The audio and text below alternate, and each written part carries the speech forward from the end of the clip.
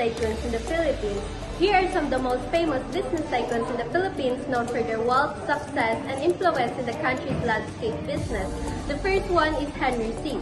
Henry C. founded SM Group, the largest retail conglomerate in the Philippines.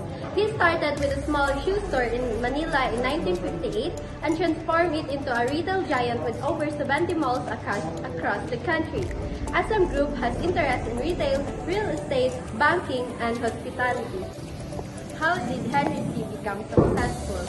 Henry C. is a prominent Filipino businessman of Chinese descent. Is celebrated for establishing a vast business empire landscape of the Philippines. His entrepreneurial journey began in 1958 with a modest shoe store called Shoe Mart or SM in Quiapo, Manila. His can market insights and commitment to quality products at affordable price laid to the foundation for his success. The second one is John Gokongwei Jr. is the founder of JD Summit Holdings, a conglomerate with interests in airlines, real estate, banking.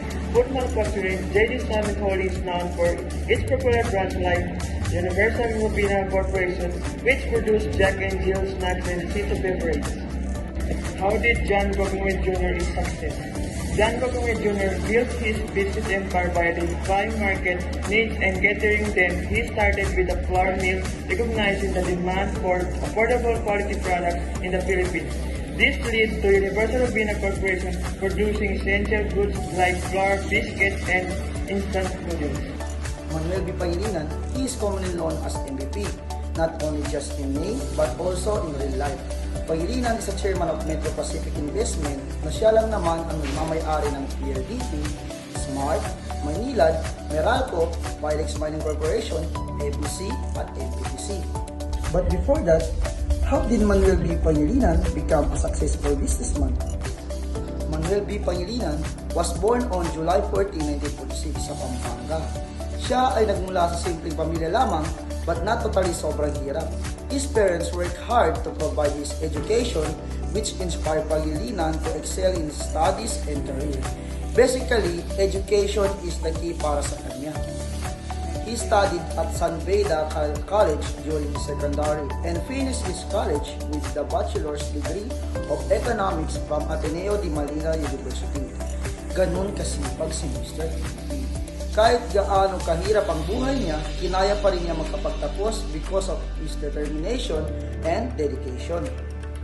After his college sa Ateneo de Manila University, siya ay nag-take naman ng MBA sa Wharton at sa kabutiang palad natapos na ito. Marami ding pinasukan si Mr. MVP na trabaho tulad ng TINMA, Bancom International at American Express. Because of experience from his past works, nakapagtayo si Manuel ng kanyang company which is ang First Pacific Company Limited sa Hong Kong during 1981. What is First Pacific Company Limited? So, it is a Hong Kong-based investment management and holding company focused on investment in consumer food product, infrastructure, natural resources, and telecommunication across Asia. Because of Pangilinan's strategic vision from FPCLC, he made his PLDT and Meralco not only to add his wealth but also to provide the largest telecommunication and electric utility here in the Philippines. Hindi lang sa tunay na buhay MVP itong si Pangilinan dahil siya ay mahilig in the sports tulad ng basketball, volleyball, football, boxing at marami pang iba. At dahil sa kanyang impluensya at yaman, siya ay nagtatag ng MVP Sports Foundation kung saan lahat ng makakauwi ng gintong medalya mula sa Olympics ay makakatanggap ng 10 million cash incentives at noong 2021, inuwi ni Heidelin Diaz ang gintong medalya at siya ay nakatanggap mula sa foundation ito. Ganon ka-successful ang buhay ng isang Manuel B. Pangilinan. Dahil sa kanyang sipag at determinasyon, naabot niya lahat ng ito.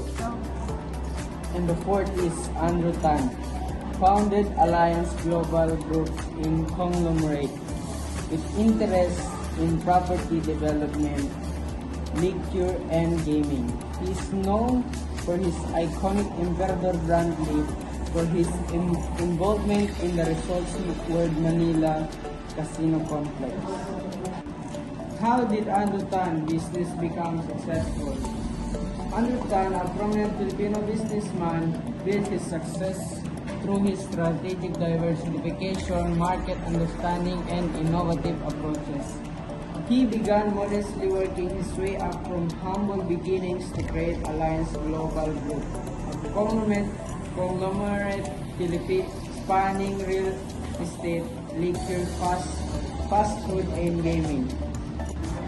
His journey demonstrates his entrepreneurial spirit, determination, and ability to capitalize on opportunities, solidifying his position as a key player in the Philippines economy.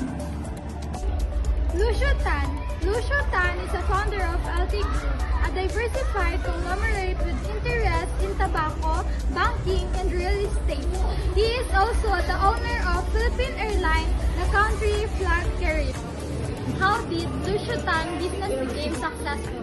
Lucio Tan, a prominent Filipino businessman, achieved success through hard work, strategic acquisition, and keen market insight. He began his career as a janitor in a tobacco factory, which provided his valuable industry knowledge. In 1966, he founded Fortune Manufacturer in Philippines with popular brands like Coke.